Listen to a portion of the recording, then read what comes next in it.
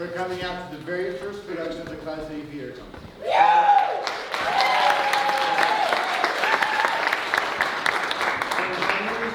Nelson, and I'm the artistic director of the Cloud City Theater Company, and we have 25 company members that you're going to see here, most on stage tonight, who have just been killing it, so I can't wait for you to see them. They're so good. I wanted to give a special thanks to the Tabor Opera House, Lyric Theater of Leadville, Colorado Mountain College, Melanzana, the Lake County Civic Center Association, and most specifically, Carl Schaefer.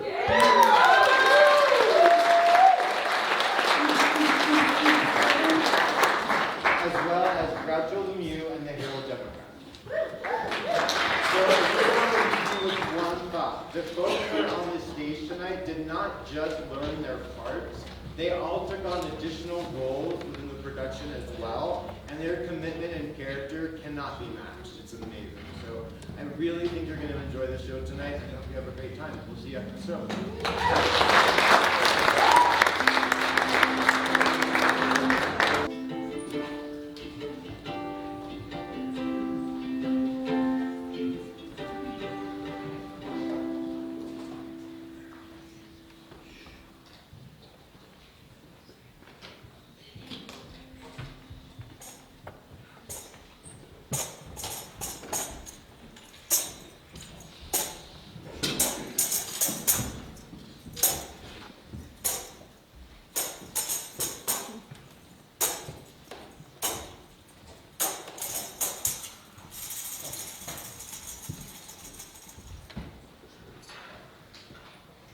Proceed, Solonus, to procure my fall, and by the doom of death end woes and all.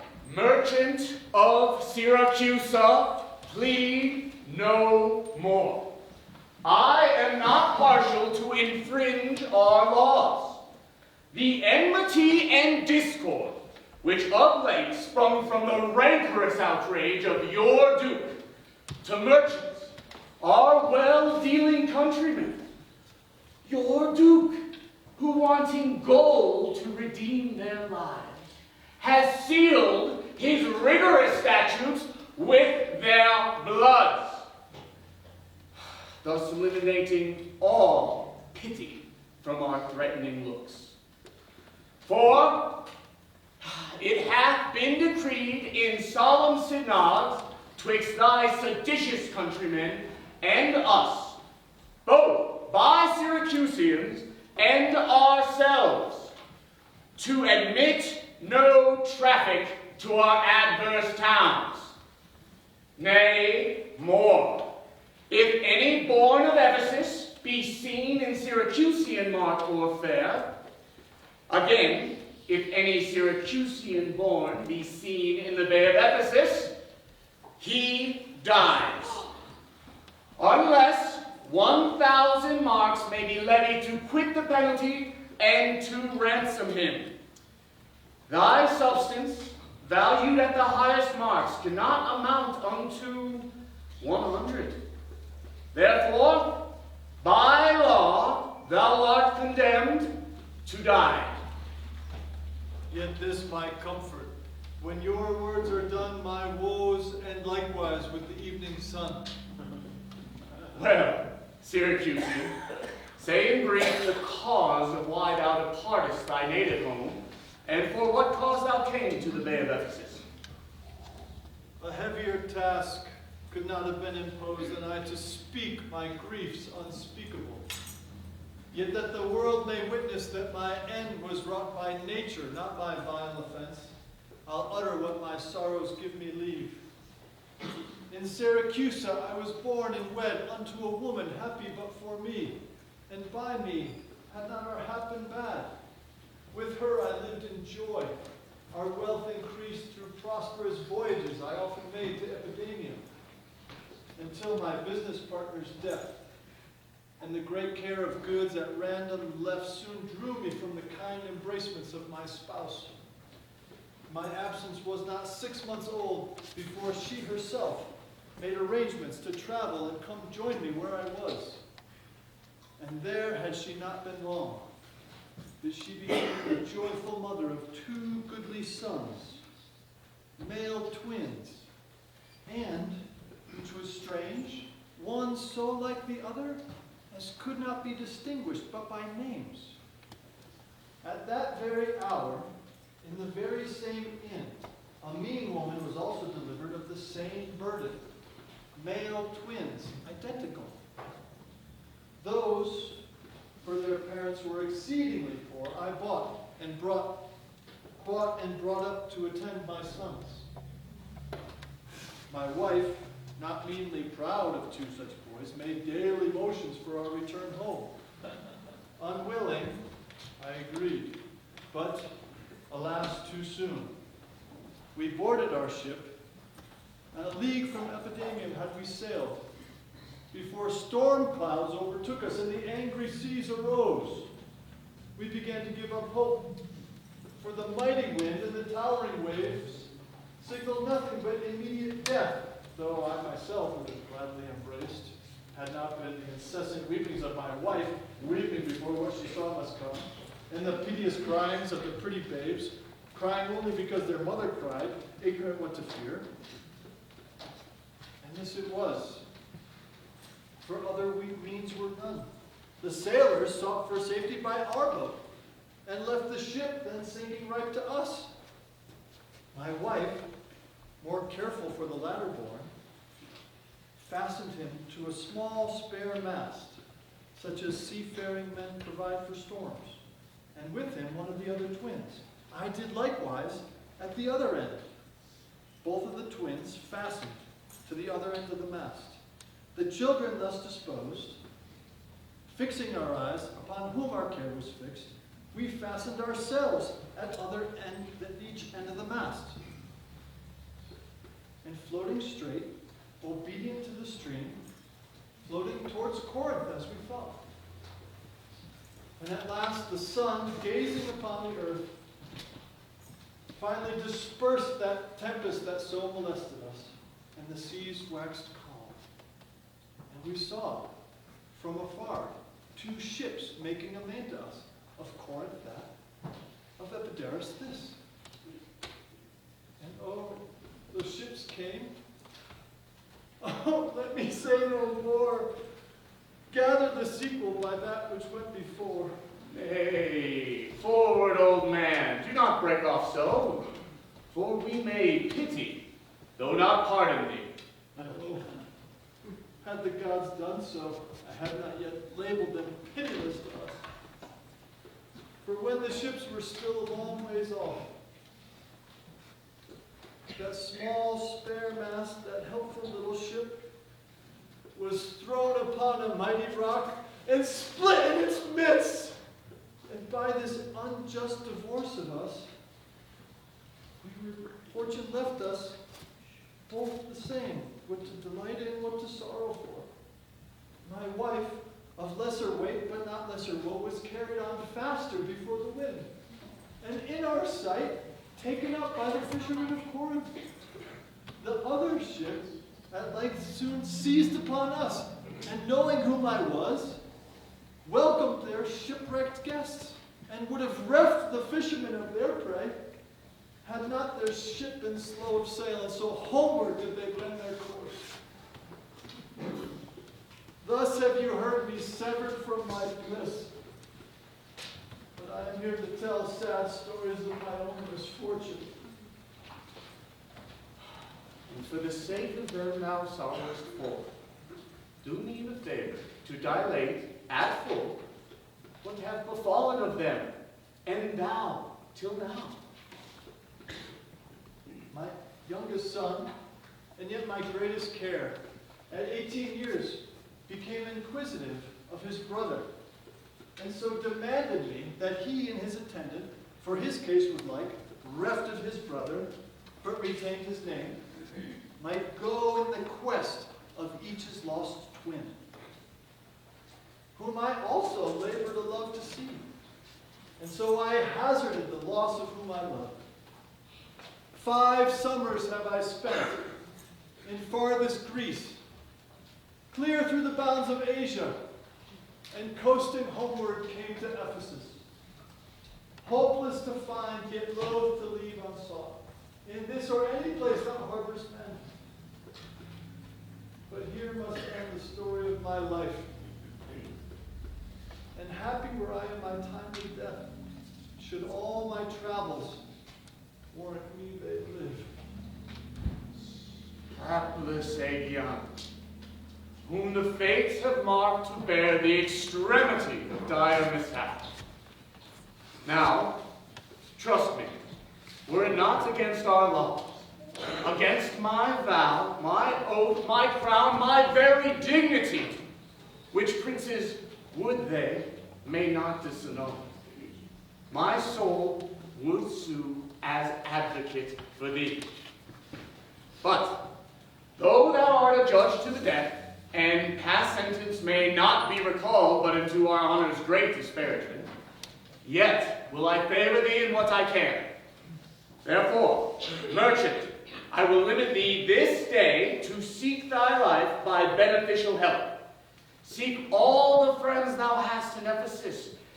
Beg thou, or borrow to make up the sum, and live. If not, then thou art condemned to die. Jailer, take him into thy custody. I will, my lord.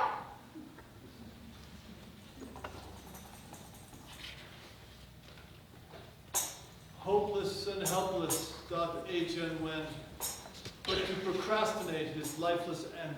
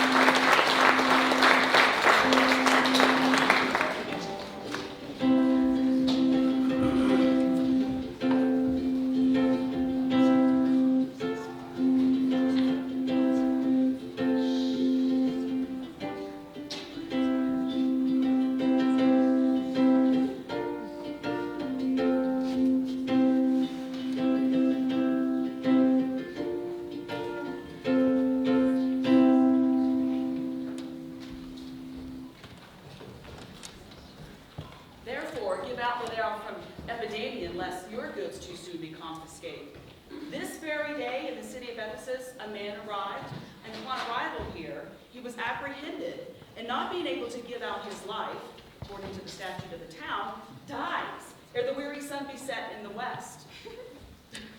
Oh, here. This is the money that I have to give thee.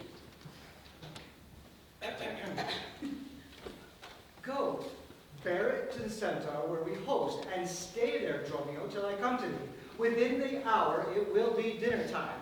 Till that, I'll view the matters of the town, peruse the buildings, gaze upon the traders, and then return to sleep within mine inn, for with a long travel am I stiff and weary. Get thee away. Many a man would take you at your word, and go indeed, having so good a mien. A trusty villain, sir, that very oft when I am dull with care and melancholy, doth lighten my humor with his merry jests. What, will you walk with me about the town and then return to my inn and dine with me? I am invited, sir, upon certain merchants of whom I hope to make much benefit. I crave your pardon. Soon, at 5 o'clock upon the mart, I'll return, and afterwards consort you till bedtime. But my present business calls me from you now. Farewell till then. I'll go lose myself and wander up and down to view the city. I commend you to your own content, sir. She that commends me to my own content commends me to the thing I cannot get. I to the world am like a drop of water that in the ocean seeks another drop, who, falling there to find his fellow forth, unseen, inquisitive, confounds himself. So I, to find a mother and a brother, in quest of them, lose myself. Well, here's the almanac of my true day. But now, how chanced thou return so soon? Return so soon? Rather approach too late. The capon burns, the pig falls from the spit, the clock has struck at 12 upon the bell. My mistress has laid one upon my cheek. She is so hot because the meat is cold. The meat is cold because you come not home. You come not home because you have no stomach. You have no stomach having broke your fast. But we that know what 'tis to fast and pray are penitent of your default today. Stop in your wind, sir, and tell me, I pray, where is the money that I gave you? Oh, 6 pence you gave me, sir? That I used to pay the saddler for my mistress's cupboard, sir? Why, the saddler kept it, sir. Why would I have it? I am not in a sportive humor now. Tell me, and dally not, where is the money? We being strangers here, how darest thou trust so great a charge from thine own custody? I pray you just, sir, as you come home to dinner, for I from my mistress come to you in post. If I return, I shall be post indeed, for she will scorn your fault upon my pate. Methinks, sir, your maw, like mine, should be your clock, and strike you home without a messenger. Come, Dromio, come. These jests are out of season. Reserve them for a merrier hour than this. Tell me, where is the gold I gave in charge to thee? To me? Why, sir, you gave no gold to me. Oh, come now, sir, knave. Have done your foolishness, and tell me how thou hast disposed thy charge. My charge was but to fetch thee from the mart home to dinner, sir. The Phoenix, my mistress and her sister stays for you. Now, as I am a Christian, answer me, in what safe place thou hast bestowed my money, or I shall beat that merry sconce of yours that snares on tricks when I am undisposed. Where is the 1,000 marks thou hadst of me? I have some marks of yours upon my shoulders, some of my mistress's upon my pate, but not 1,000 marks between the both of you. If I should pay your worship them again, perchance you may not bear them so patiently. Yeah, what dost thou flout me in the face being forbid? Dang, take you that, sir knave. Hey, sir, what mean by you? For God's sake, hold your hands. Nay, you will not. I shall take my heels. Upon my life, by some device or other, the villain is overwrought of all my money.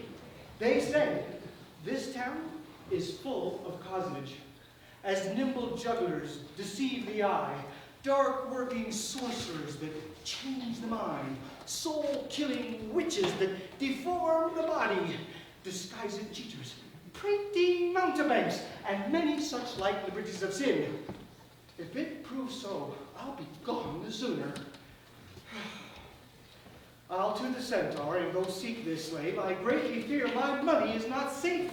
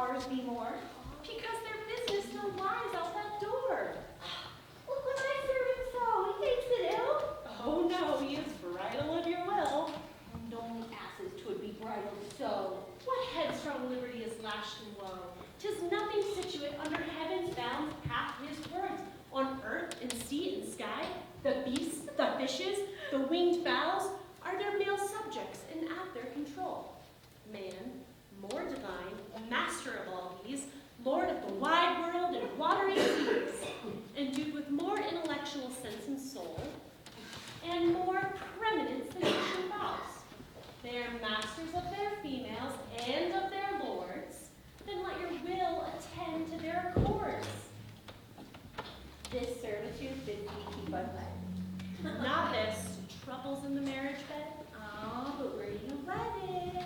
You would bear some sway. Ere I'll learn love, I'll practice to obey. How?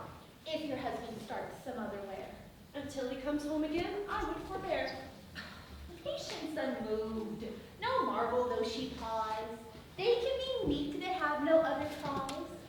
O wretched soul, bruised with adversity, be quiet when we hear them cry.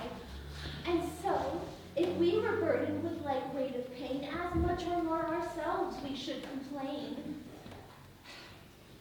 And you, with no unkind mate to grieve thee, urging help with patience to relieve me.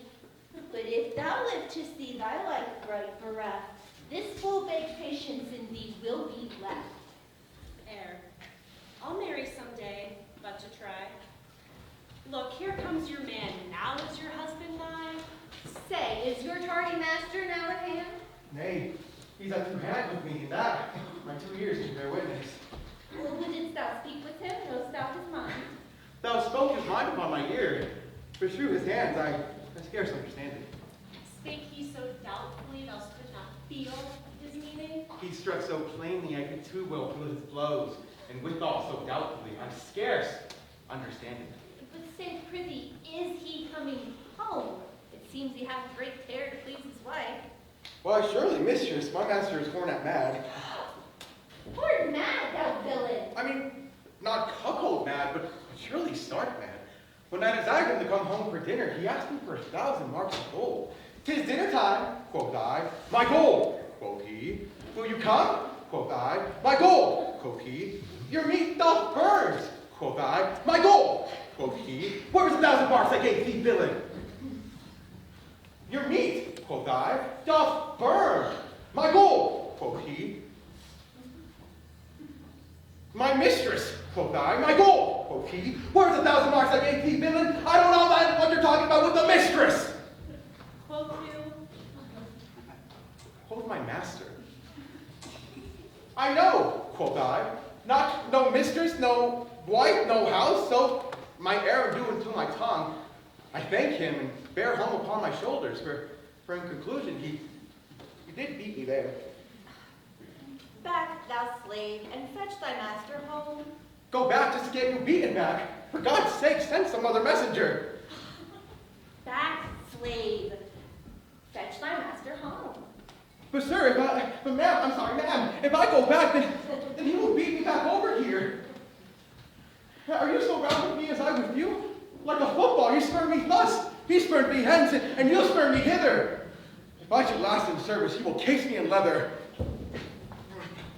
How much patience moureth on your face? His company must do his minions grace.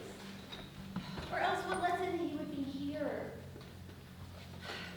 Hath homely age the alluring beauty took from my poor cheek, then he has wasted it. Are my discourses dull?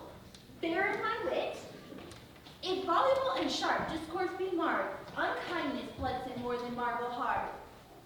Do their gay vestments his affections bait? That's not my fault, he's master of my state.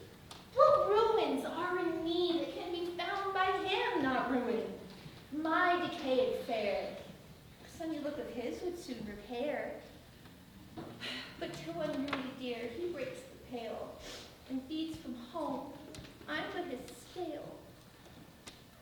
Self-serving jealousy, beat it hence. Unfeeling fools can with such wrongs dispense. I know his eye doth homage otherwhere. Otherwise, what lets it that he would be here? You know, he promised to be chained.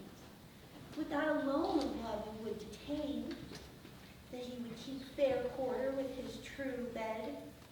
I see the jewel best enamel doth lose its shine, but the gold bites still. No touching does wear gold. If my beauty cannot please his eye, I'll weep what's left away, and weeping die. So many fond fools serve mad jealousy.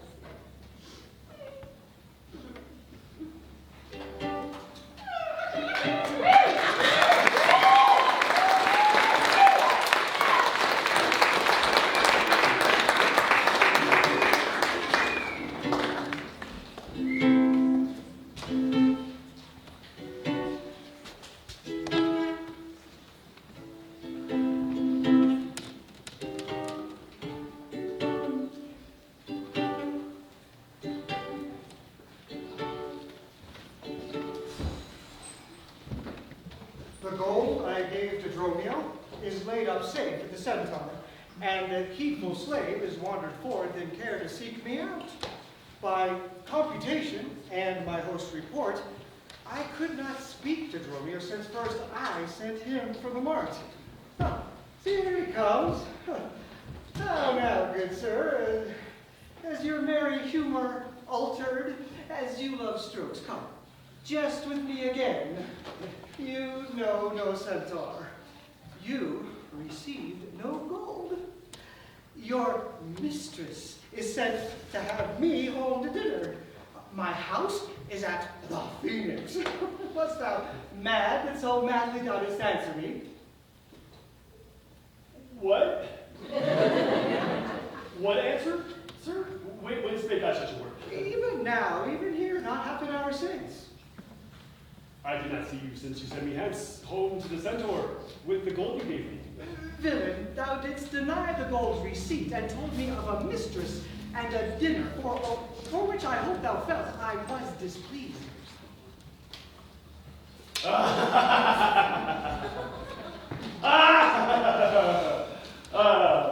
I'm happy to see you in this very vein, sir.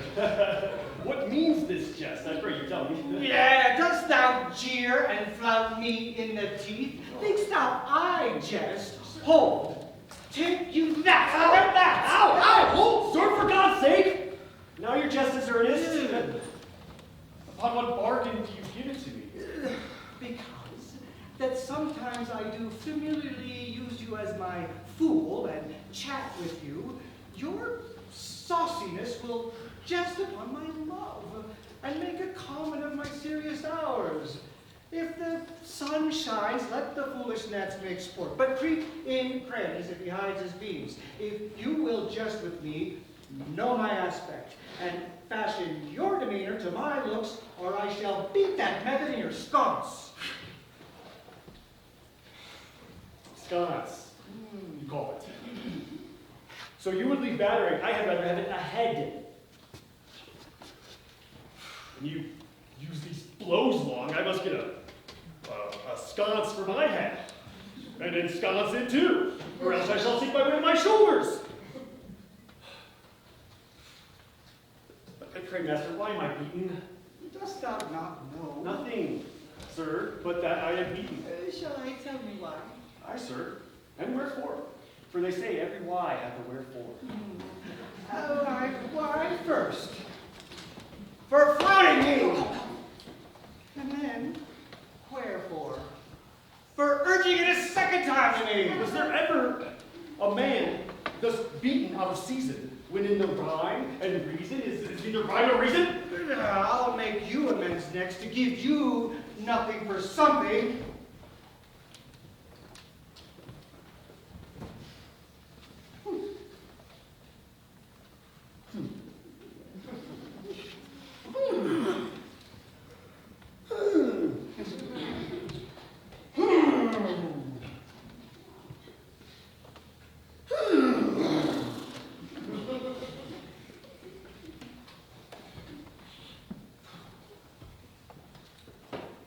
But say, sir, is it dinner time? No, sir. I think the meat wants that I have. In good time. What's that? Basting. Well, sir, then will tweet be dry? If it be, sir, I pray you eat none of it. Your reason? Lest it make you choleric and purchase me another dry basting. Well, learn to jest in good time. There is a good time for all things.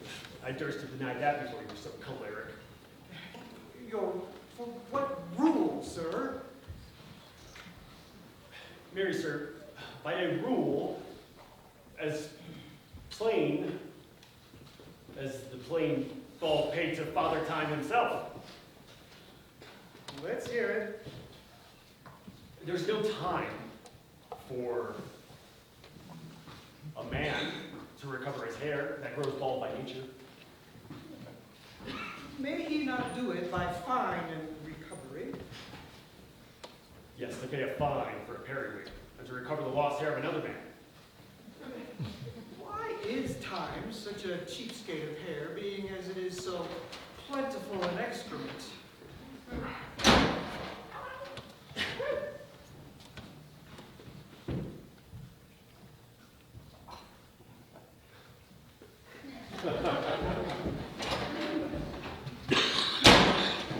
Because it is a blessing that he bestows on beasts, and when he hath scant in many hair, he hath given them wit.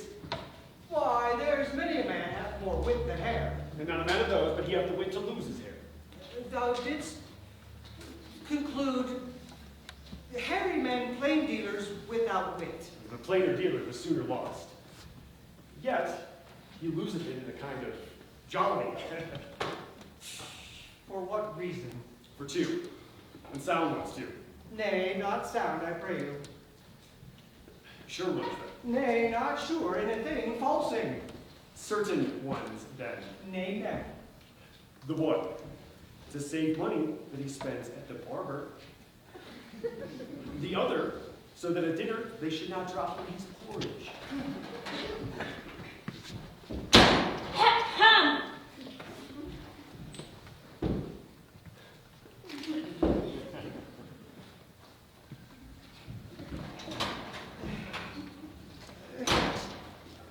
But thou didst conclude there is no time to recover. Marian did, sir. Namely, ain't no time to recover hair lost by nature. But your reason was unsubstantial why there is no time to recover. Thus, I meant it. Time himself is bald. And therefore, to the world's end, will have bald followers. I knew it would be a bold conclusion. But so, who wafts us yonder? I, Antipholus, look strange and frown. Some other mistress has thy sweet aspects. I am not Adriana nor thy wife. The time was once when thou wouldst thou unurged, that never object pleasing to thine eye, that never word music to thy ears, that never touch well welcome to thy hand, that never meat sweet savored in thy lips, unless I spake, or I looked, or I touched, or I parted to thee. How comes it now, my husband? How comes it now that thou art thus estranged from thyself? Thyself I call it, that individual, inconquerable, better than thyself, better part. Ah, do not turn thyself away from me. For knowest thou, my love, as easy as the drop may fall into the breaking gulf, and take again that drop unmingled without addition or diminishing, as take thyself and not me too. How dearly would it cut thee to the quick if thou wert but to hear I were licentious, that this body consecrate to thee? My ruffian lust should be contaminated. Wouldst thou not spit at me, and spurn at me, and hurl the name of husband in my face, and tear the stained skin upon my harlot brow? Cut the wedding ring from this false hand, and break it with a deep divorcing vow? I know thou canst, therefore see thou do it. I possess you in adulterous blood. Earthly to be one, and thou playest false. I am contaminated by the blood of blood, strumpeted by thy contagion. But if thou keep honor with thy true bed, I live to stain it, and thou would dishonor it.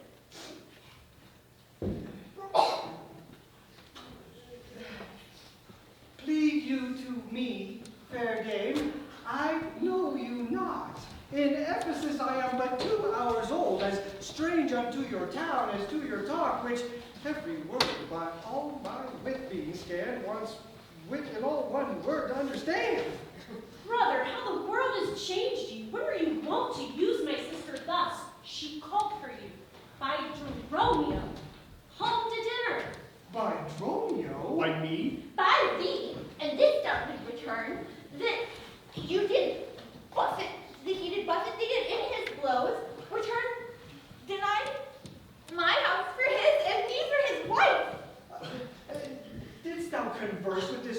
gentlemen, what is the course and drift of your compact? Sir, I never saw her till this time. Villain, thou liest, for even her very words did thou deliver to me on the march. I never spake with her in all my life. How does she thus then know us by our names? Unless it be by inspiration. How ill does it befit your gravity to counterfeit thus grossly with your slaves, offending him to thwart me in my mood? Be it my wrong, you are from me exempt, but do not wrong that wrong with more contempt. Come, I will fasten on this sleeve of thine.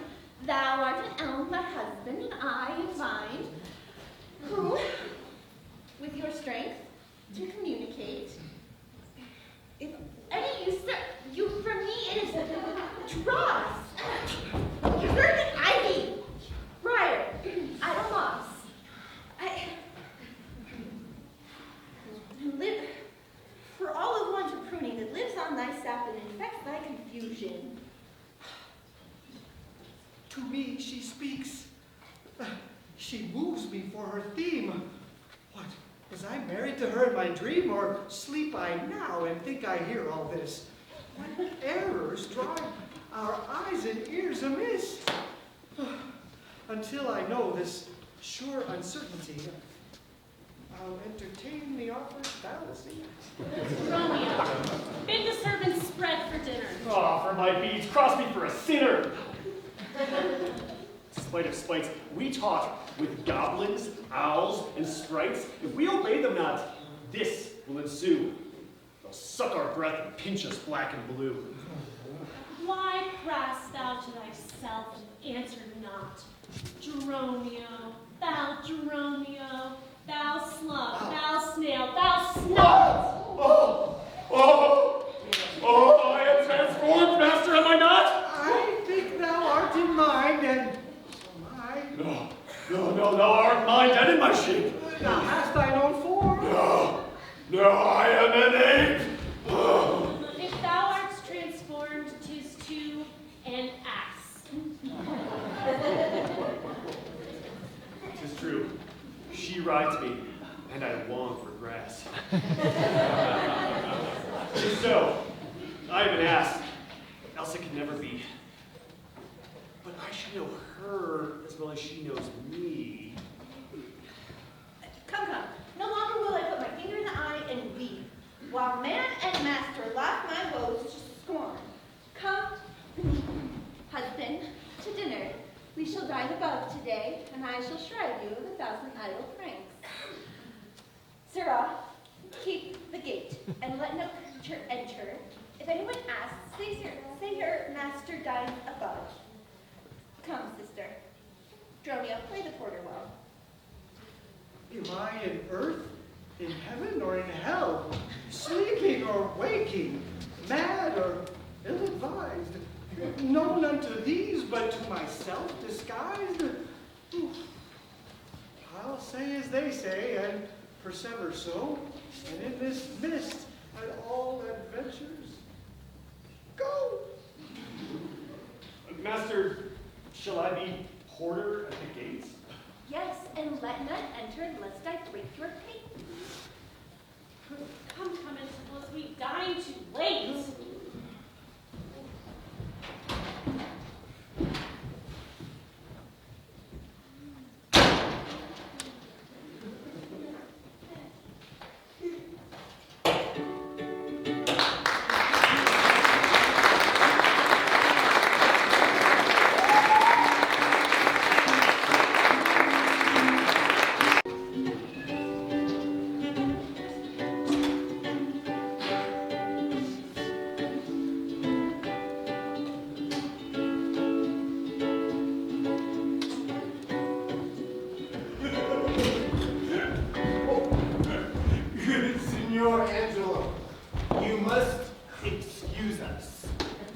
My wife is shrewish when I keep not hours. Say that I lingered with you at your shop to see the making of her carcanet, and that tomorrow you will bring it home to me. But here's a villain that would face me down. He met me on the mart, and that I beat him and charged him with 1,000 marks in gold. And I did deny my wife and my house. Thou drunkard thou, what does thou mean by this? Sir, say what you will, but I know what I know. And it's that you beat me at the mark, not your own hands to show. If my skin were parchment and the blows you gave me were ink, your own handwriting will tell you what I think. I think thou art an ass. Marry, so it downs the peers. From the wrongs I suffered and the blows I bared, I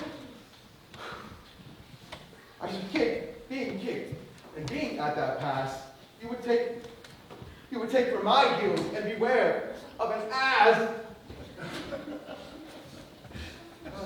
You're sad. Senor Balthazar, pray God our good cheer will welcome my goodwill and your good welcome here. I hope your dainty's cheap, sir. And you're welcome here.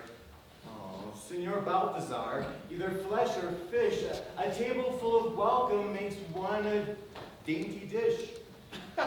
Good meat, sir, is common. Every eternal abhorrence. And good cheer just as much, although that's nothing but words. Small chair and great welcome make a merry feast. Ah, but to an ungenerous host and more sparring guest, but though my cates be mean, take them in good parts. Better cheer may you have, but not with better hearts.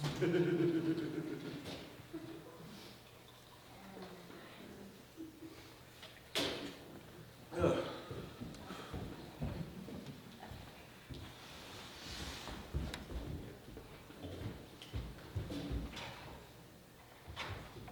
But stop.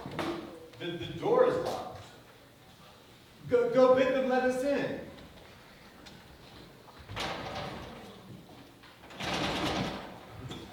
Come on.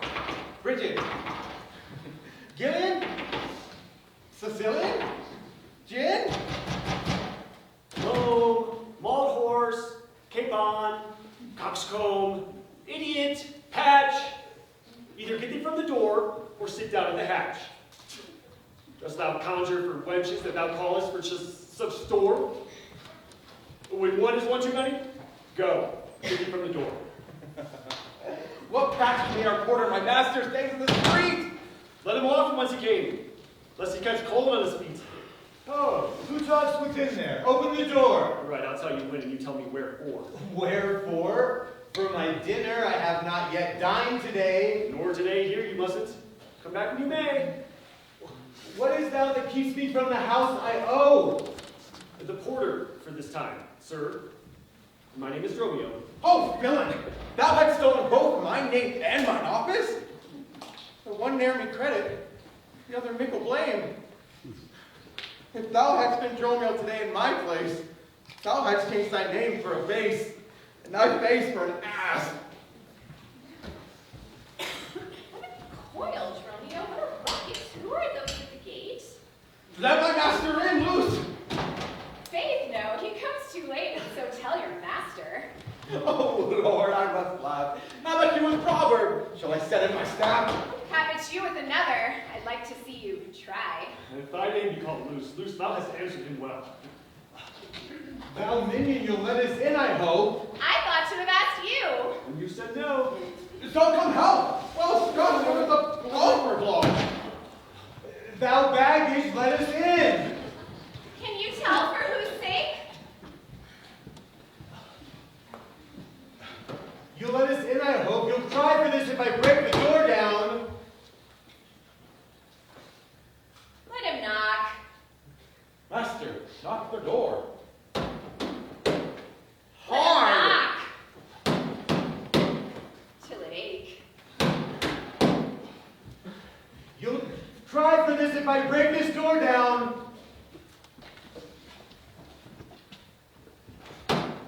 Who needs all that in pair of stocks in town? Who is that at the door that keeps all this noise? Oh, my life trough, your town is troubled with unruly boys. Are you there, wife? You might have come before. Your wife's her name. Who get thee from the door? Master, if you would go in pain, this knave would go sore. There's neither cheer here nor welcome. We would find that either. In debating which is best, we shall part with neither. Master, they stand here at the door. Bid them welcome hither. There is something in the wind that we cannot get in. You would say so, sir, if your garments were not thin, and the cake within was warm, and you out here in the cold, well, it's enough to make a man to be as mad as a buck to be so bought and sold. Well, I'll break it. Go fetch me something. Breaking here, and I'll break your name's pate. Hey, a man may break a word with you, sir, but words like a wind. Breaking in your face, so it's breaking up behind. Oh, it seems thou wantest breaking. Out upon thee, hind. Here's too much out upon thee. I pray thee, let me in. Iron fowls have no feathers, and fish have no fin. Oh. Well, I'll break it. Go fetch me a crow. Master, a crow without a feather? Mean you so? For there's a fish without a fin, there's a fowl without a feather, but Mr. Wrong, if a crow would let us in, we shall pluck a crow together. No, get thee gone. Fetch me an iron crow. Have patience, sir. Oh, let it not be so. Herein you war against your reputation, and draw within the compass of suspect the unviolated honor of your wife. Once this, your long experience, her wisdom, her sober virtue, years of modesty, plead on her part some cause to you unknown. And doubt not, sir, but she will well excuse why at this time the doors are made against you. Be ruled by me. Depart in patience, and let us to the Tiger, all to dinner. And, about evening, come yourself alone, to know the reason of this strange restraint. If by strong hand you offer to break in, now in the stirring passage of the day, a vulgar comment will be made of it. And, supposed by the common route, against your yet ungalled estimation, that may with foul intrusion enter in, and dwell upon your grave when you are dead. For slander lives upon succession, forever housed where it gets possession. You have prevailed. I will depart in quiet, and despite of mirth, mean to be merry. I know a wench of excellent discourse, pretty and witty, wild and yet too gentle. There we will to dinner. This woman that I mean, my wife who has deserted me, has oftentimes upbraided me withal. To her we will to dinner. Go, get you gone, and pick up the chain, and bring it to me, 'tis I know it's made. Bring it, I pray you, to the Porpentine. There I will place it upon mine hostess there, be it for nothing but to spite my wife. Good sir, go, get thee gone. If these doors will not entertain me, I will knock elsewhere to see if they'll disdain me. I'll meet you at that place some hours hence. Do so. This jest will cause me some expense.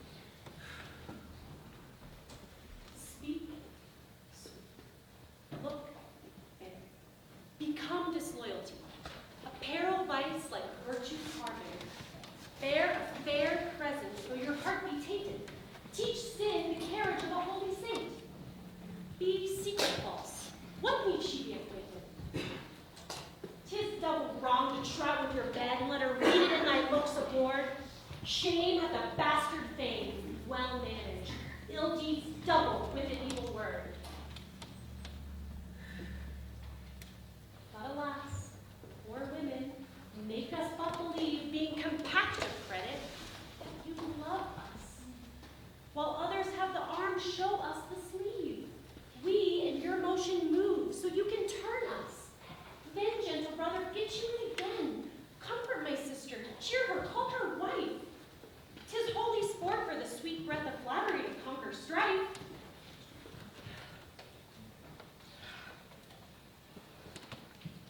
Sweet mistress, what your name is else I know not, nor by what wonder you do hit of mine. Blessed your knowledge and grace, you show not that our earth's wonder, more than earth, divine. Oh, teach me, dear creature, to think and to speak. Lay open to my earthly gross conceit, smothered in errors, feeble, shallow, weak, the folded meaning of your words' deceit. Against my soul's pure truth, why labor you to make it wander in unknown field? Are you a god? Will you make me new? Transform me then, and to your power I'll yield. But if I am I, then well I know your weeping sister is no wife of mine, nor to her bed. No honor do I owe, far more to you do I decline. Oh, train me not, sweet mermaid, with thy note, to drown me in thy sister's flood of tears. Sing, silent for thyself, and I will dote. Spread o'er the silver waves thy auburn hair, and there, as a bed, I'll take thee, and there lie, and in that glorious supposition think he gains in death that hath such means to die. Let love be light, be drowned, she sing. What are you, mad, do you reason so? Not mad, but mated. How, I do not know.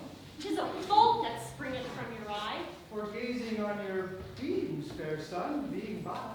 Gaze where you should, that will clear your sight. As good to wink, sweet love, as look on night. Why are you calling me love? Oh, my sisters. Thy sister's sister. That's my sister. No, it is thyself, mine own self's better part. Mine eye's clearer eye, my dear heart's dearer heart, my food, my fortune, and my sweet hope's aim, my soul earth's heaven, and my heaven's claim.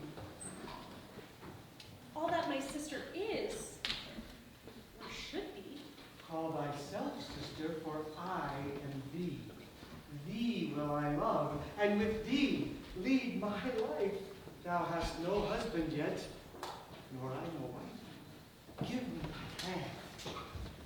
Oh, hold soft, sir. Hold you still. Let me get my sister. Get her goodwill.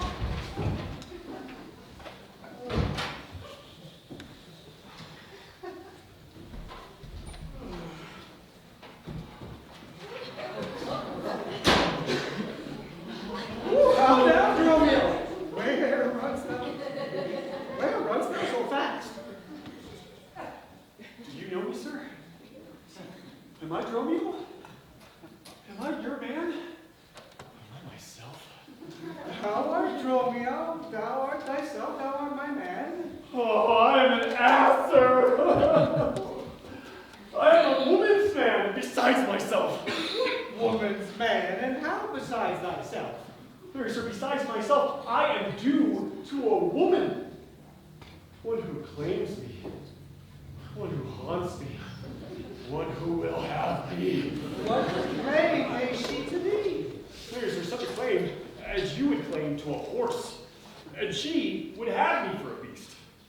Not that I, being a beast, she would have me, but that she, being a very beastly creature, lays claim to me. What is she? A very reverend body. One of such a man may not speak of her without he say, Sir Reverence, I have but you luck in the match. And yet she is a wondrous, fat marriage. What dost thou mean by a fat marriage? Mary, sir, she's the kitchen wench. And all grease.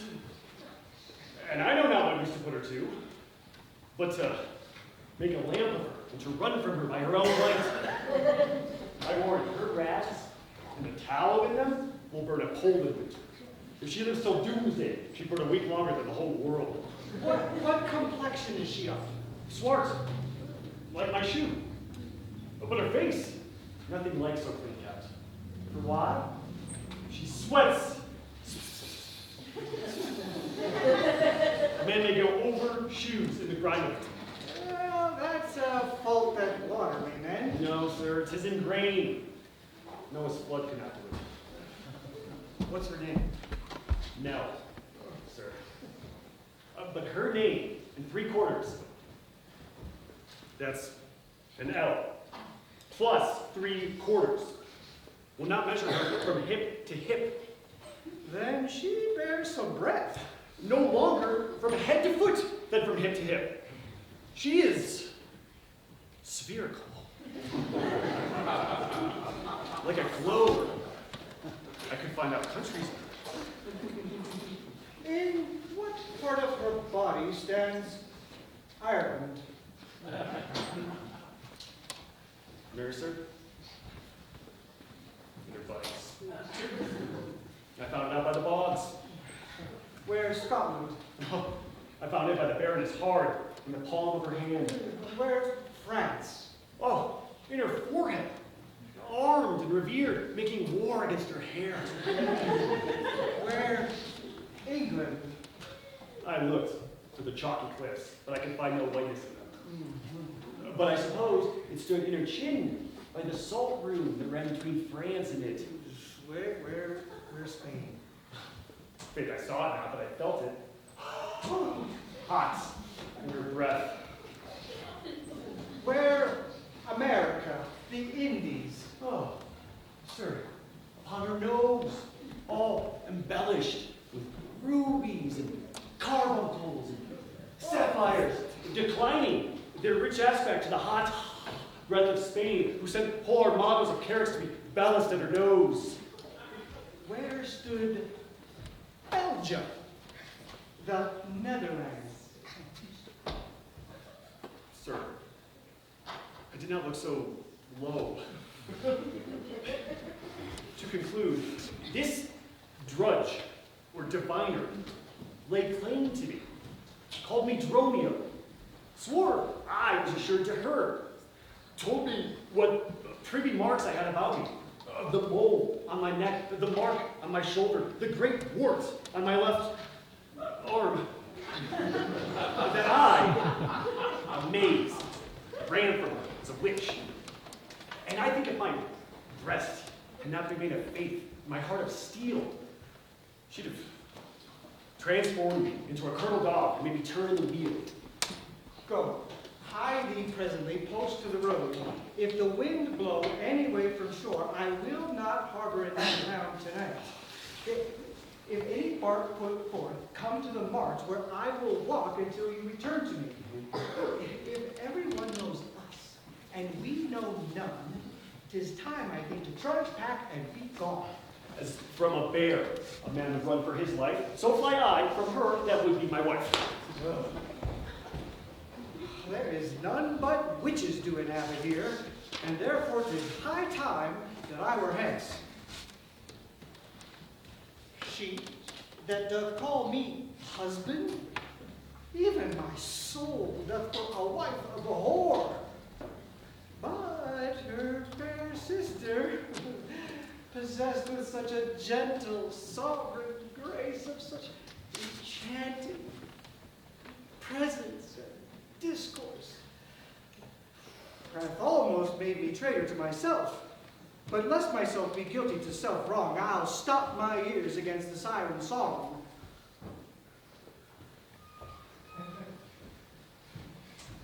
Master Tibblets!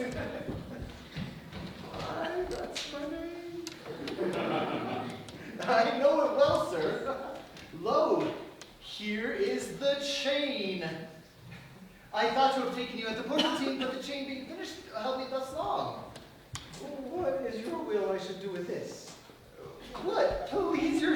I made it for you. Made it for me, sir. I bespoke it not.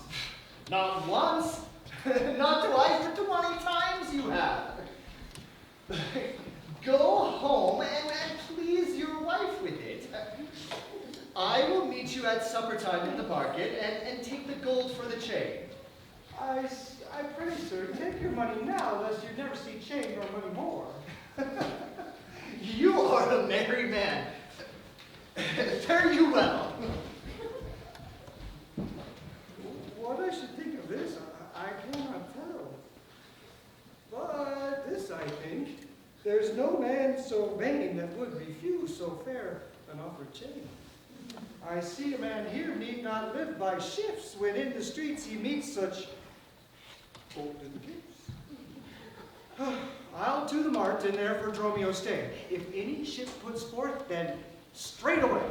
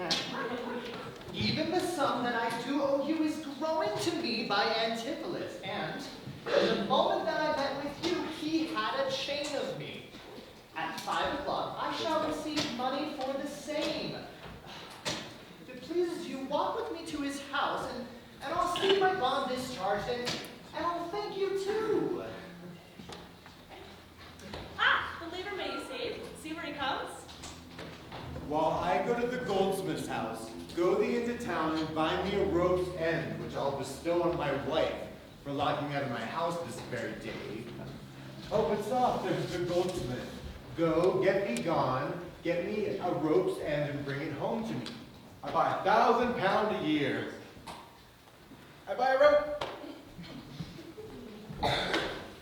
To an unwise man that trusts you, I expected your presence and the chain, but neither goldsmith nor chain came to me.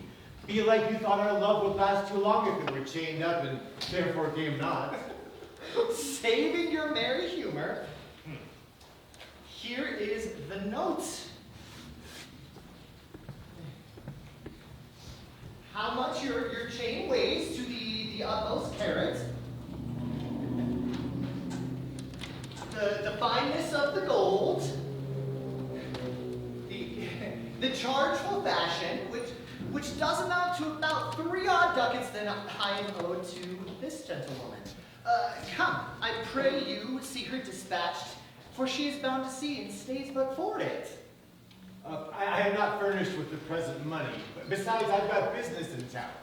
Good senor, take the stranger, and with you take the chain, and take her to my house, and ask my wife to disperse the amount on the receipt thereof. Perchance I'll be there as soon as you. So you'll take the chain to her yourself? No, bear it with you, lest I not have time enough. Very well, do you have the chain about you? And if I have not, sir, I hope you have, otherwise you might return without your money. Come, give me the chain. Both wind and tide stay for this gentlewoman, and I to blame have held her too long. Good Lord, you blame Miss Dalliance on your breach of promise to the porpentine? I should have chid you for not bringing it sooner, but like a shrew you first began to brawl. The hour steals on. I pray you, sir, dispatch. Ah. You see how she importunes me. The chain! Why, take it to my wife and fetch your money. You know I gave it to you even now. Either send me the chain or send by me some token. Fine now, you run this humor out of breath. Come now, where's the chain? Let me see it. My business cannot brook this dalliance. Good sir, say whether you will answer me or no. If not, I will leave him to the officer. I answer you? What should I answer you? The money that you owe me for the chain. I owe you none unless I receive the chain. Come, you know I gave it to you a half hour since. You gave me none. You wronged me much to say so. You wrong me more in denying it. Think of how it stands on my credit. Officer, arrest him! I do arrest you in the Duke's name to obey me. This touches me in reputation. Either consent to pay this fee for me, or I'll attach you by this officer. Consent to pay thee that I never had? Arrest me, foolish fellow, if thou darest. Here is your fee. Arrest him. Why, I wouldn't spare my own brother in this case if he were to scorn me so apparently. I do arrest you. You hear the suit. I do obey thee until bail, but sirrah, this sport shall buy all the metal that your shop can answer. Sir, I will have law and Ephesus to your notorious shame. I have no doubt. Now, sir, there's a bark of a Badanium that stays until her owner comes aboard, and then, sir, she bears away. Our freightage I've already conveyed on board. I have bought the oil, the balsamum, the aqua vitae. The ship is in her trim. The merry wind blows fair from land. They stay, for not at all, but for their owner, master, and yourself. Oh now, what madman, what peevish sheep, what ship of Epidemium stays for me? A ship you sent me to, sir, to higher wattage. I sent you for a rope and told you to what purpose and what end. You sent me for a rope's end as soon. You sent me to the bay, sir, for a bark. I shall talk about this at a later time to teach your ears to listen to me with more heed. To Adrianaville and give her this key,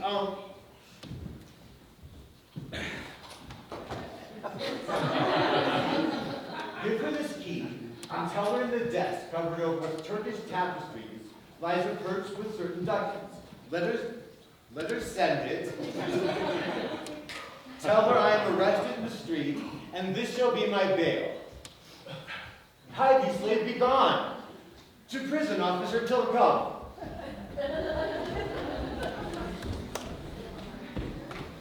To Adriana. That's where we dine. Where Dow's about to claim me for her husband. She's too big, I hope, for me to compass. Either I must, although against my will, for servants must their masters' minds fulfill.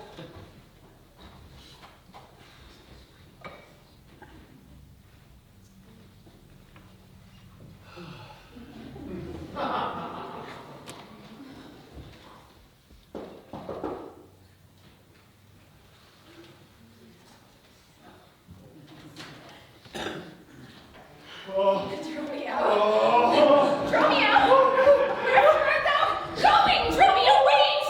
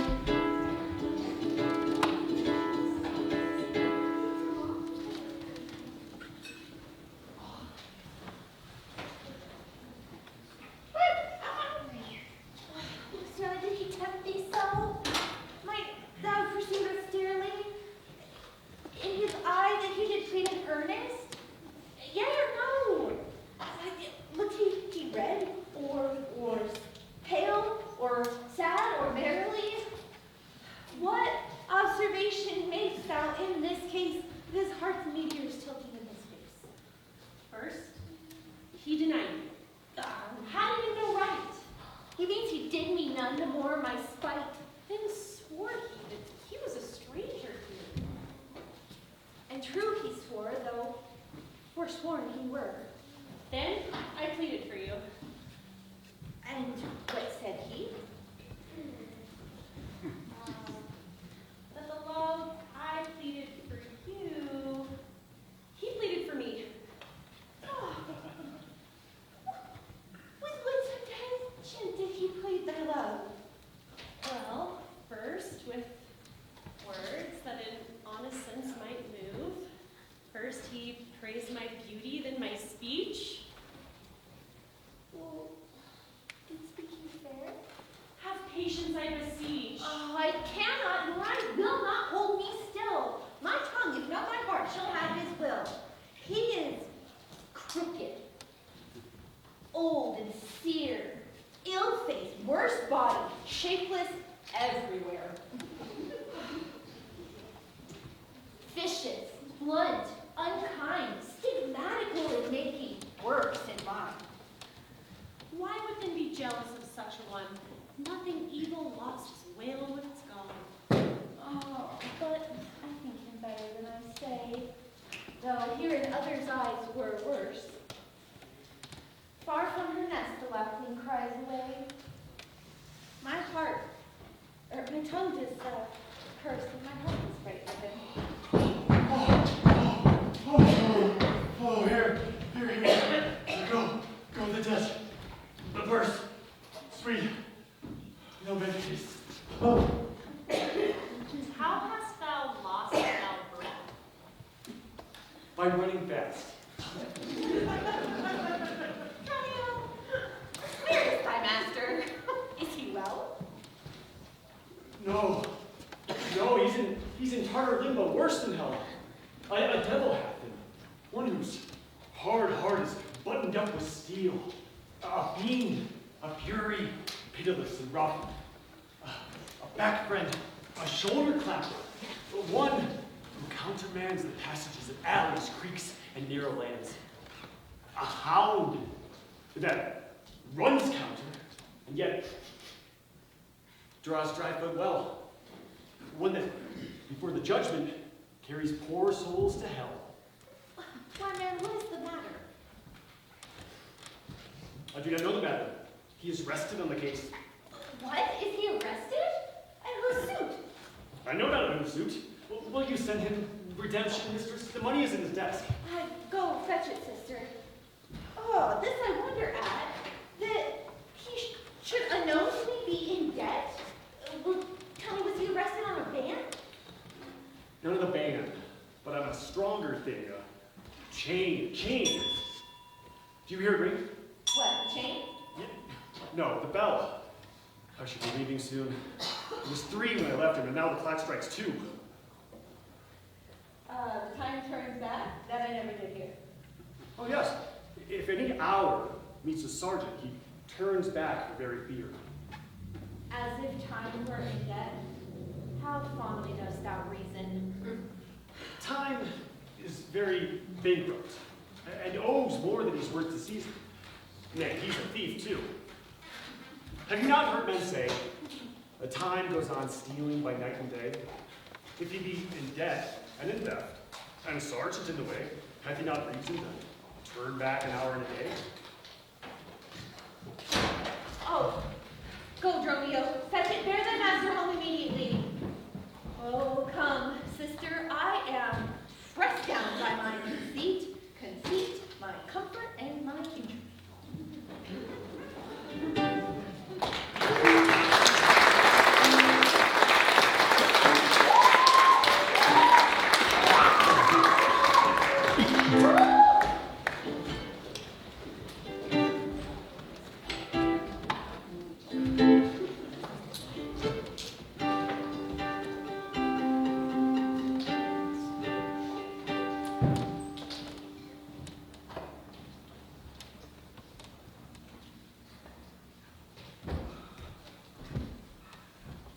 There is not a man I meet, but doth salute me as if I were their well-acquainted friend, and everyone doth call me by my name. Some tender money to me, others invite me, some others give me thanks for kindnesses, others offered me commodities to buy. Even now, a tailor called me in his shop and showed me silks that he had bought for me, and their pointed measure of my body. Sure that these are imaginary wiles and Lapland sorcerers inhabit here. Oh, master, here's the gold you sent for. What, have you got the picture of old Adam, new apparel? What gold is this, and what Adam dost thou mean? Not that Adam that kept in paradise, but that Adam that keeps the prison.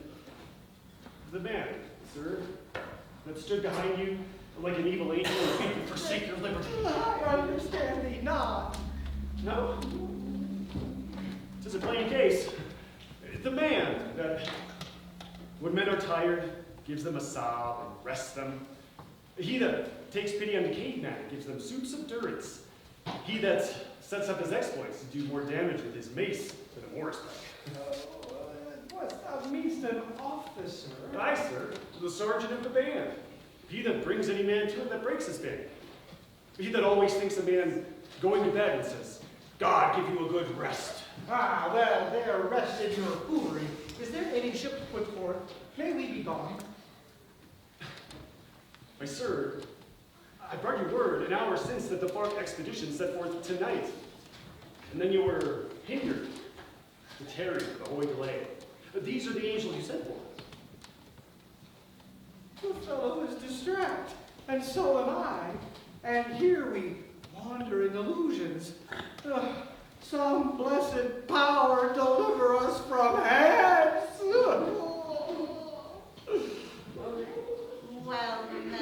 Well met, Master Toast.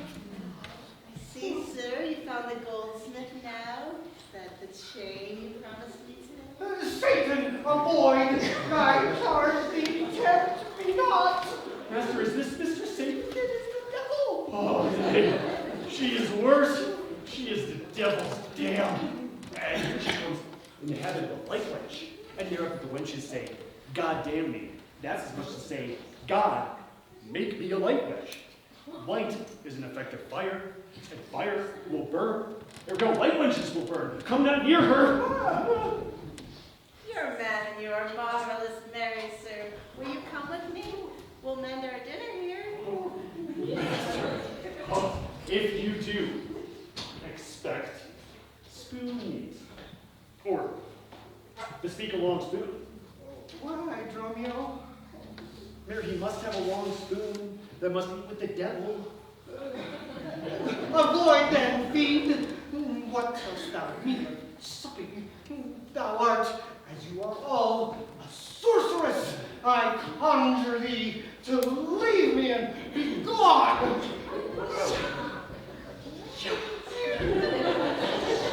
Give me a friend of mine you had at dinner, or for my diamond, this chain you promised me, and I'll be gone, sir, and not trouble you. Oh, some devils ask but for the parings of one's nail, a drop of blood, a pin, a nut, a cherry stone. But she, more covetous, would have a chain? Master, be wise. And if you give it to her, the devil will shake her chain and fry us with it. I pray you, sir, my ring or else the chain. I hope you do not mean to cheat me, sir. Avaunt, thou witch! Come, Dromio, let us go! Oh, fly pride, says the peacock. Mistress, that you know.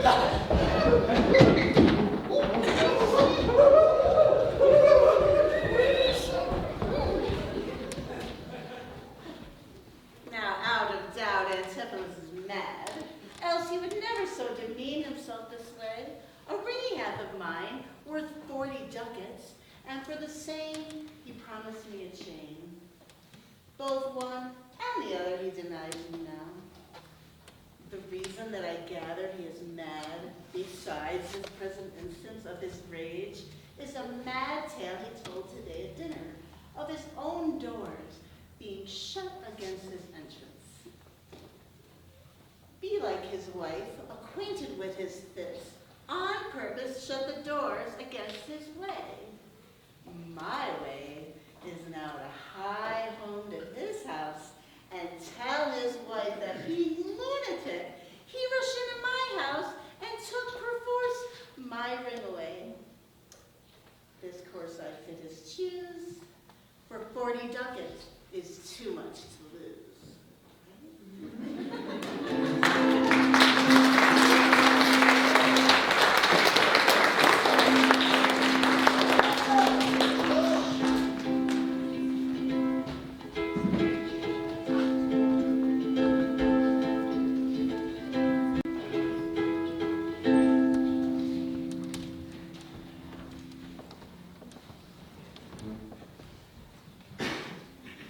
not, man. I will not break away. I'll give thee, yet I leave thee so much money as to warrant my arrest, for my wife is in a wayward mood today, and will not lightly trust the messenger should I be attached in Ephesus. It will sound harshly in her ears. Oh, there's my man. I think he has the money. How now, sir? Have you what I sent you for? Here's that I warned you that will take that all. But where's the money? Why, sir, I use the money for the road. 500 ducats, villain, for our rope? I'll serve you 500 at the rate. To what end did I bid thee heed thee home? To the rope's end, sir. And to that end am I returned. And to that end I will welcome you. Good sir, be patient now. Nay, 'tis for me to be patient, for I am in adversity. Hey, now hold thy tongue. Nay, rather persuade him to hold thy hands. Thou whore son, thou senseless villain. I would I were senseless, I do not feel your blows. Thou art sensible in nothing but blows, and so is an ass. I am an ass. You may prove it by my long ears. I have been at his service from the hour of my nativity to this very instant, and have nothing to show for it but blows. When I am cold, he heats me with the beating. When I am warm, he cools me with the beating. I raise with it when I sit, driven out the doors with it when I go from home, and welcome home with it when I return. Nay, I bear on my shoulder like a beggar one her brat, and methinks, when he hath blamed me, I shall beg with it from door to door. How now, my wife comes yonder. Go, get thee gone. Mistress, respect a female, respect one's end, or, like the parent of the prophecy, beware the road's end. Wilt thou still talk? What say you now? Is not your husband mad? His incivility confirms no less. Good Dr. Pinch, thou art a conjurer. Establish him in his true sense. That way. Establish him in his true sense again, and I will pay you what you demand. Alas, how fiery, sharp he looks. Mark how he trembles in his ecstasy. Give me your hand, and let me feel your pulse. Well, here's my hand, and let you feel it in your ear. I charge thee, Satan, house within, to yield possession of thy holy friend, and to thy state of darkness, he may straight. I conjure thee by all the saints in heaven. Peace, doting wizard. Peace, I am not mad. Oh, that thou wert not, you poor distressed soul. You, minion, you. Are these your customers? Did this companion with the saffron face revel and feasted at my house today, whilst upon me the guilty doors were shut, and I denied to enter my house? Oh, husband, God does know you dined at home today, where you remained free from this slander and open shame. Dined at home? Thou villain, what sayest thou? Sir, sooth to say, you did not dine at home. Were not my doors locked up and I shut out? Your door's locked out, and you shut out. And did she not herself revile me there? Sans fable, revile you there. And did not her kitchen maid rail, taunt, and scorn me? Certes, kitchen fable rail and scorn you. And did I not enraged depart from thence? Indeed you did, sir. My bones has hence bear witness, the vigor of his rage. Yeah. Good Master Pinch, come.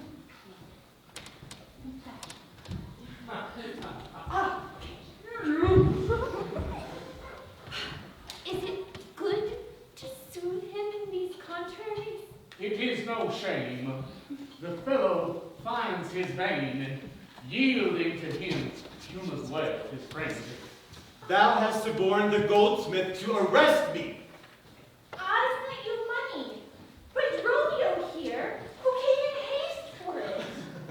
Heart and goodwill you might, but sir, I assure you, not a rag of money. Went not to her for a first of ducats? He came to me, and I delivered it. And I am witness that she did. May God and the rope maker bear me witness. I was sent for nothing but a rope. Mistress. Mistress. Both man and master is possessed. Knowing by the pale and deadly looks, they must be bound and laid in some dark room. Say, why did thou lock me forth today? And why didst thou deny the bag of gold? I did not, gentle husband, lock thee forth. And I did not, gentle master, receive no gold. But I do confess, we were locked out. Dissembling villain, thou art false in both. Dissembling harlot, thou art false in all, and art confederate with a damned pack to make a loathsome, abject scorn of me. But with these nails, I'll pluck out those eyes that would behave me in this shameful sport. Find him, More company! The thing is strong within him! Pale and wan. Hey, masters, let him go. He is my prisoner. Go! You cannot have him. Not by this man, for he is frantic too! Well, what wilt thou do, thou peevish officer? Have you joy in seeing a wretched man do dishonor and distress to himself? Well, he is my prisoner. If I let him go, the debts he owes will be required. I will discharge the ere I go from thee. Bear me forthwith under his creditor, and we will see the debt as it grows. Good Dr. Pinch, bear him hence home for his recovery. Come, sister. Say. Oh. Master, I am here, entered in mine for you. Villain, why thee he thee home? Master, are you bound for nothing? Be mad, for God's sakes. Cry, the devil! How idly they talk. Master Pinch, bear them home bear them hence. Say, what is the charge? 200 ducats. Oh, and whose suit? One envelope, a goldsmith, you know that. I know the man. How grows it, too? Due for a chain. Your husband has it. Oh, he did bestow the chain for me, but he had it not. When as your husband, all in a rage today, came to my house and took away my ring, the ring I saw upon his finger now. Straight after, did I meet him with a chain? That may be so, but I never did see it. Come.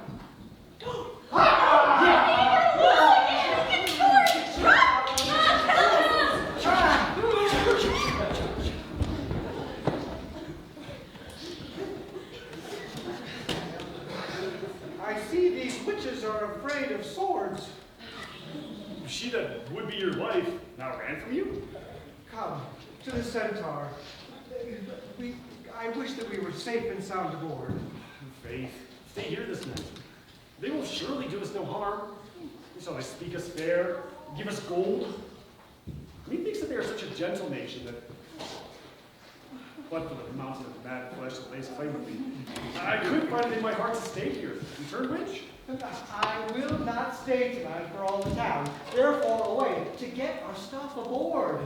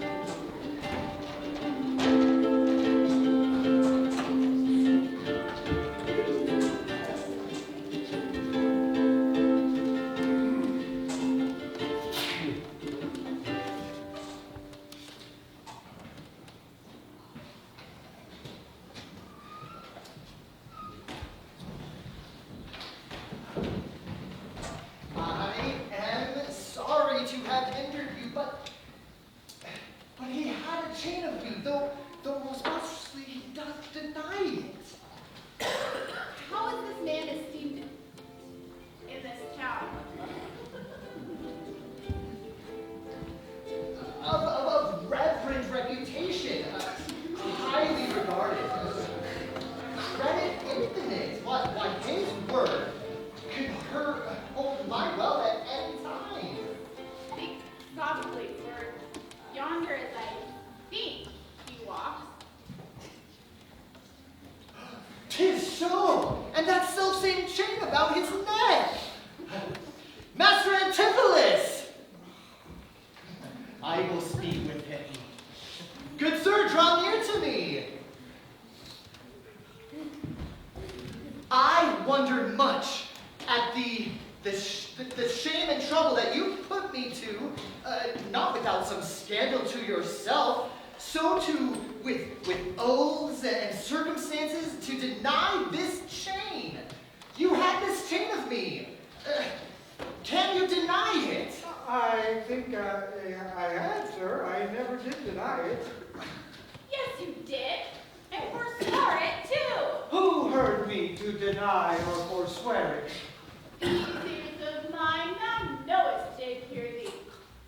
Fie on thee, wretch, 'tis a pity that thou should live this walk where any honest man resorts. Thou art a villain to impeach me thus. I'll prove mine honesty and mine honor to thee presently, if thou darest stand. I do dare, and defy thee as a villain.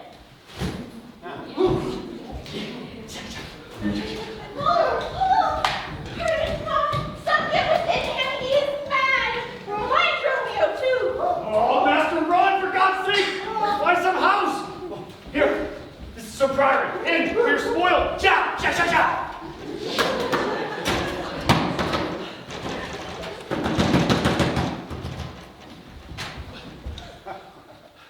Be quiet, people. What's wrong, you nigger? To fetch my poor distracted husband hence, that I may bear him home for his recovery. I knew he was not in his right mind. I am sorry now that I did draw on him. How long hath this possession held the man? Oh, well, this week he has been heavy, sour, sad, not much like the man he was, but never did his passion break to extremity of rage. Hath he not lost much wealth by rack of sea? Buried some dear friend? Hath not else his eyes strayed his affection in unlawful love? A sin prevailing among younger men, give their eyes the liberty pleasing? Which of these sorrows is he subject to? None of these, except perhaps the latter, a love that drew him off from home. For that you should have reprehended him. Well, so I did, But not rough enough, as roughly as my modesty would allow, happily in private. and in assemblies, too. I but not enough. Well, it was the copy of our conference. At board, he ate not for me urging it. In bed, he slept not for me urging it. In private, it was the copy of our theme. In company, I often glanced it. I continued to tell him that it was vile and bad. And thereof it comes that the man is mad. The venom clamors of a jealous woman, poison more deadly than a mad dog's tooth. It seems his sleeps were hindered by thy railings, and thereof it comes that his head is light. Thou sayest his meats were sauced by thy upbraidings. Unquiet meals breed ill digestion, and thereof the raging fire of fever bred. For what is fever but a fit of madness? Thou sayest his sports were hindered by thy brawls. Sweet recreation bard, what doth ensue? But moody and dull melancholy, kinsman to grim and comfortless despair, and on her heels a whole infectious troop of pale distemperatures and foes to laugh. Of food, of sport, of life-preserving rest, to be disturbed would not of man or beast. The consequence then is, thy jealous fits have scared thy husband from use of wits. She never reprehended him but mildly when he deemed himself rufford and wildly. Why bury these rebukes and answer not? She did betray me to my own reproof.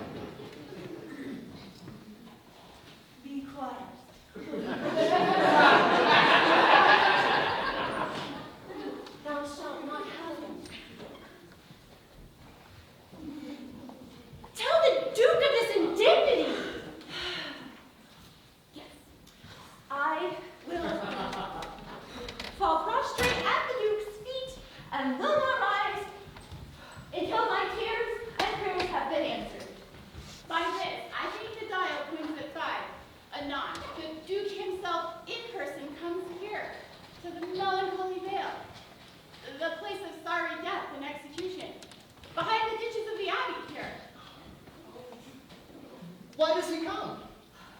See a sorry Syracusian merchant who put unluckily into this bay against the laws and statutes of this town. Beheaded publicly for his offense.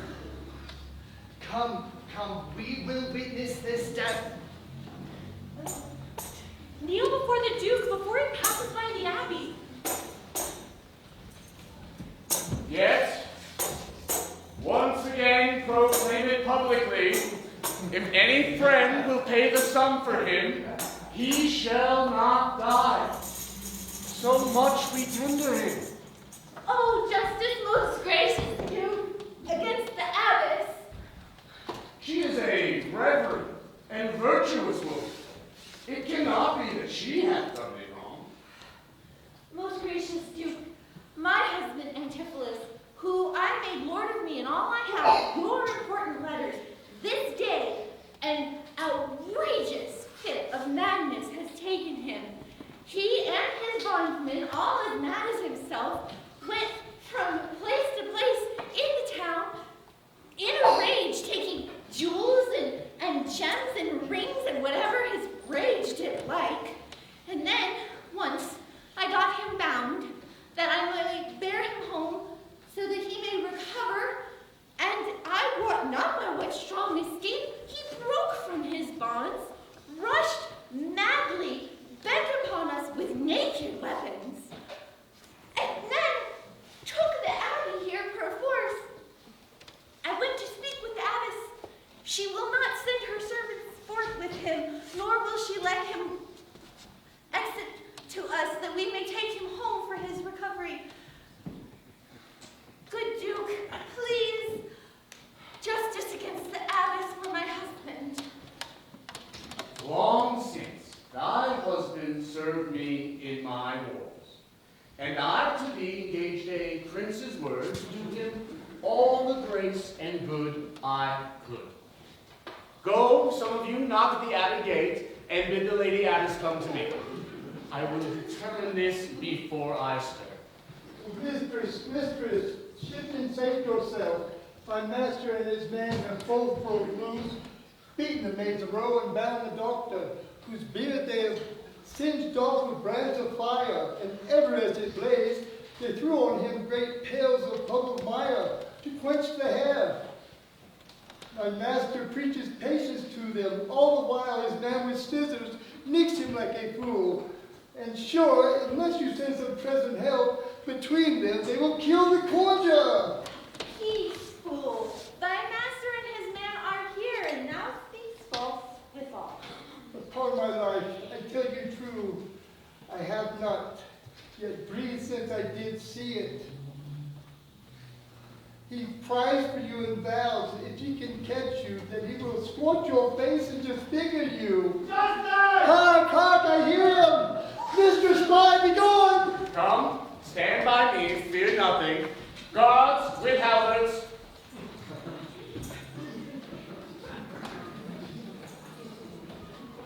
I mean, it is my husband, born forth as though invisible.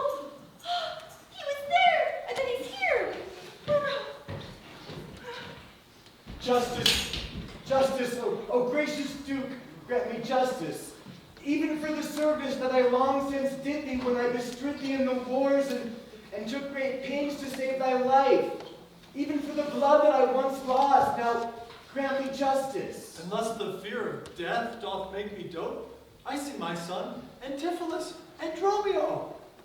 Justice, sweet prince, against that woman there, who has locked me out this very day, who you gave to me to be my wife, who has dishonored and abused me to the greatest heights and strengths of indignity, is the shameful sorrow I put on you today. Discover how, and thou shalt find me just. This very day, great lord, she locked me out while she, with harlots, feasted at my house. A grievous fault. Say, woman, didst thou so? No, my good lord. My husband, myself, and my sister dined at home today, so befall my soul. Nor do I look on day or sleep on night and witness that we did. No, perjured women! In this the madman speaks true. My liege, I am advised what to say, neither disturbed by the effect of wine, nor heavy rash provoked in raging ire, although my wrongs might make a wiser man mad. That woman, this very day, locked me out of my house. That goldsmith, were he not packed with her, could witness it, for he was with me then, who parted ways, promising to bring a change of the Porpentine, where Balthazar and I did dine together, our dinner finished, and he not coming thither. I left and went to meet him in the street, and I found him in the company of that woman. There this perjured goldsmith would swear me down that I this very day received the chain which God knows I saw not, with which he attached me with an officer. I obeyed and sent my peasant home for certain ducats, he with none returning. Then fairly I bespoke the officer to go with me to my house, where on the way I met my wife, her sister, and a vile pack of confederates, chief among them one Pinch, a needy, hungry, pernicious manslave, a mountebank, a threadbare juggler, a fortune teller, a living dead man. This pernicious slave took me as a conjurer, and in looking in my eyes and in feeling my pulse, cried out that I was possessed. Then they all fell upon me, bound me and bore me in a dark and dankish cell in my house, where, tied with my man, our bonds, chewing with our teeth, our bonds asunder, we escaped and ran hither to your grace, where we beseech you to give us something for these deep shames and great indignities. My lord, in this I did bear witness with him. He did not dine at home, but was locked out. But had he such a chain of thee, or no? He did, my lord, and when he ran in there, he had it about his neck. These people saw it. Besides, all these sworn feasters of mine heard you say you had it of him, after you first forswore it on the mark. Therefore I drew my sword upon you, and you fled into the abbey here, by which I think you are come by miracle. I have never set foot in these abbey walls. Thou hast never drawn their sword on me, and I have never seen the chain, and this is false. You burdened me withal. What an intricate impeach is this? I think you all have drunk of Circe's cup. If here you housed him, here he would have been. If he were mad, he would not treat so coldly. You say he dined at home. You say he dined at home. The goldsmith here denies that saying. Sirrah, what say you? Sir, sooth to say, he dined with her, there at the Porpentine. He did, and from my fingers snatched that ring.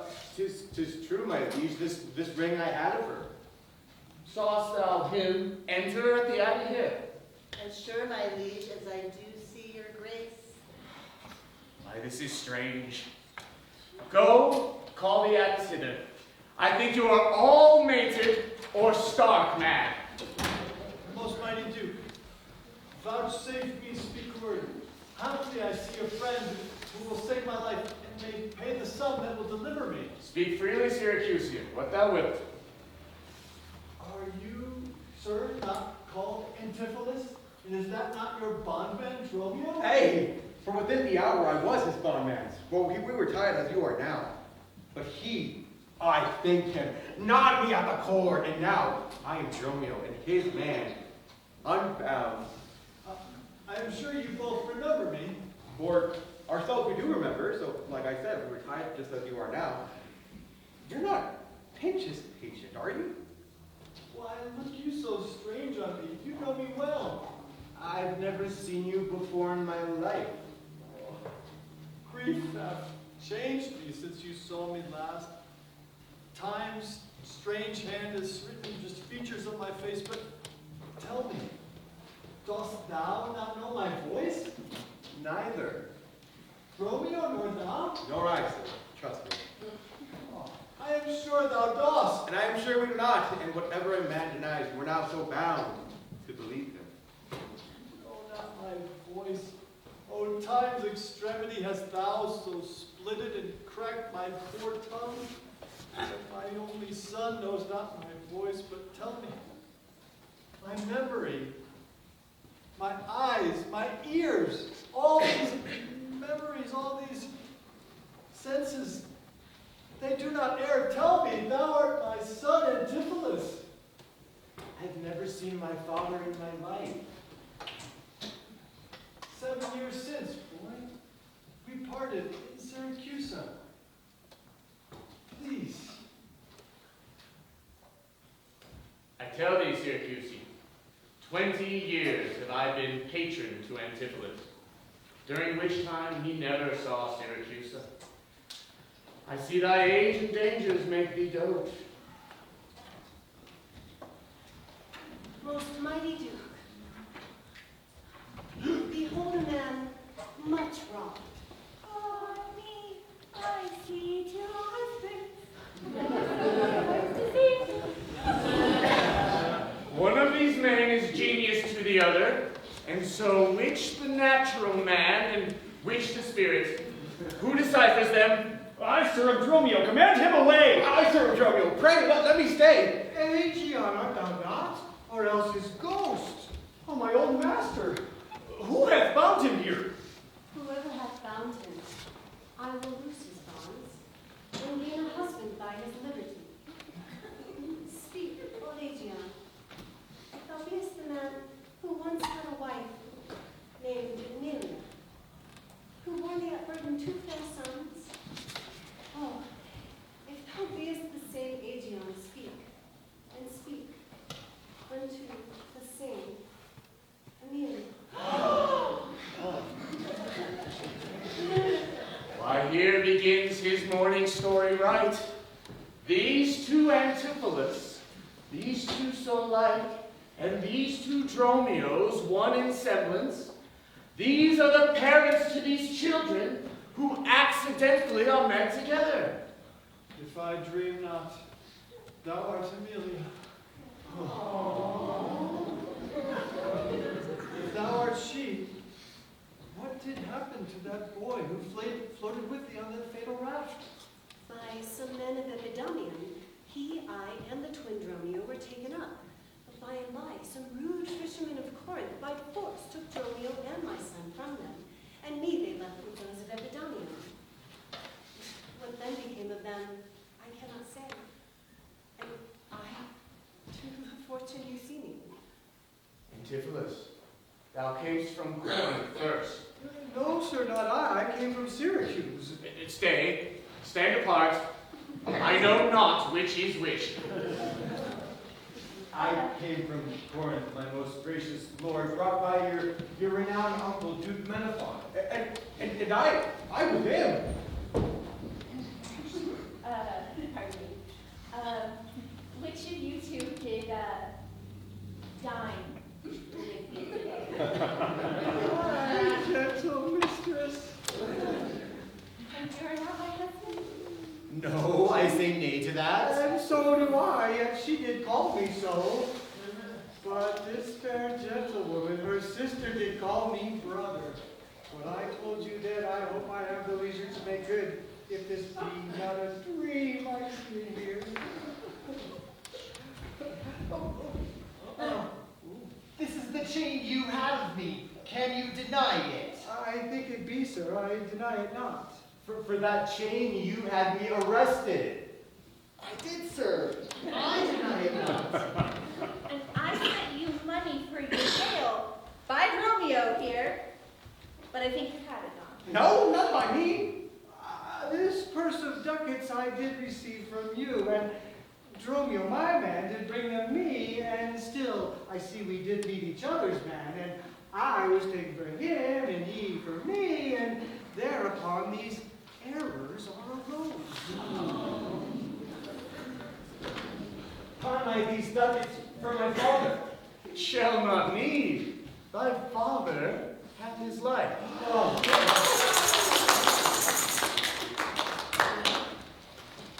Sir, I must have that diamond from you. Oh, yes, of course. Here, take it, and many thanks for my good cheer.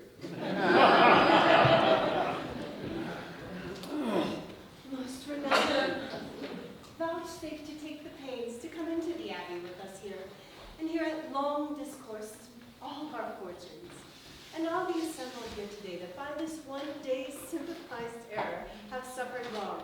Go and keep us company, and we shall make full satisfaction. 33 years have I but travailed of thee, my sons, and never till this present hour my heavy burden lifted. You, my husband, my sons both, and you, the calendars of their nativity. Oh, go with us to a gossip's feast, and go with me. After so long grief, such festivity. With all my heart, I'll gossip at this feast.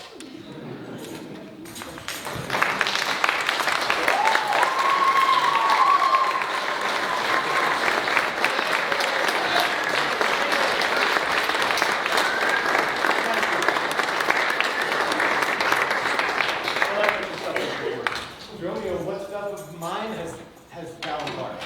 The stuff the late host served. He speaks to me. Romeo, I am your master. Come, go with us. We'll look to this anon. Go with your brother there. Rejoice with him.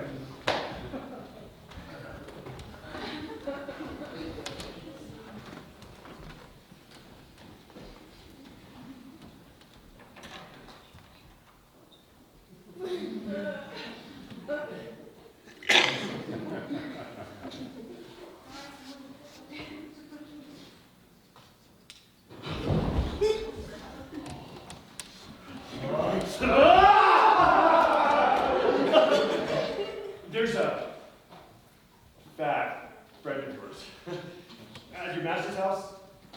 Got kitchen meat for you today at dinner. She shall now be my sister, not my wife. I see within you, you are not my brother, but you are my glass. Within you I see, I am a sweet-faced young youth. Say, shall we go out to see if there's gossip feast? Oh, not I, sir. You are my elder. Nay, that is the question. How shall we try it? We'll draw cuts for the senior. Till then, lead thou first. Nay, we came into this world brother and brother.